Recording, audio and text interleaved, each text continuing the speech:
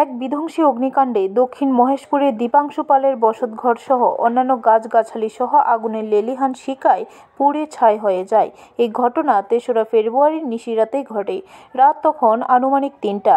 দাউ দাউ করে আগুন গোটা বাড়িকে গ্রাস করার সঙ্গে সঙ্গে পার্শ্ববর্তী বাড়িঘর থেকে লোকজন ছোটাছুটি করতে থাকে। তড়িঘড়ি খবর পাঠায় কাঠালিয়া ফায়ার সার্ভিস অফিসে, খবর পাঠায় যাত্রাপুর থানায়। সঙ্গে সঙ্গে 10 থেকে 15 মিনিটের মধ্যে দমকল বাহিনী ও যাত্রাপুর থানার পুলিশ স্টাফ ঘটনাস্থলে ছুটে যায়। 2 কিলোমিটার দূরত্ব ফায়ার সার্ভিস অফিস থেকে। সবার সহযোগিতায় আগুন বেশ কিছুক্ষণ পর নিয়ন্ত্রণে আসে। আগুন লাগার কারণ সম্পর্কে কেউই কিছুই স্পষ্টভাবে বলতে পারছে না। তবে বাড়ির মালিক শিক্ষা দপ্তরের চাকরি করার পরিপ্রেক্ষিতে বাড়ি গিয়েছিলেন না।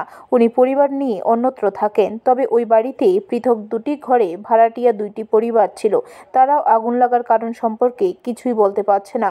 আধ ঘন্টার মধ্যে সবকিছু শেষ হয়ে যায়। দক্ষিণ মহেশপুরের যে জায়গায় ঘটনা, পারিপার্শ্বিক অত্যন্ত ঘনবসতি।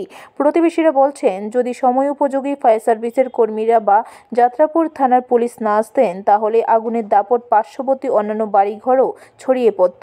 এই জাতীয় আগুনের বিধ্বংসী ও লেলিহান শিখা এই প্রথম দেখা গেল দীপাংশু পালের বাড়িতে, যে কারণে মানুষ আগুন লাগার রহস্য সম্পর্কে অস্পষ্ট। প্রান্তোষ পাল। আগুন লাগার পরে লোকজন আইছিল? হ্যাঁ, অনেক লোক আইছে। আমরা এলাকাবাসী সবাই সহযোগিতা এবং যাত্রাপুর পিএস এর সহযোগিতা, অগ্নি বিভাগের সহযোগিতা, এটা এমনভাবে কার্যকলাপ করছে, এই কার্যকলাপে আমরা অনেক সন্তুষ্ট। ব্যুরো রিপোর্ট, খবর ত্রিপুরা।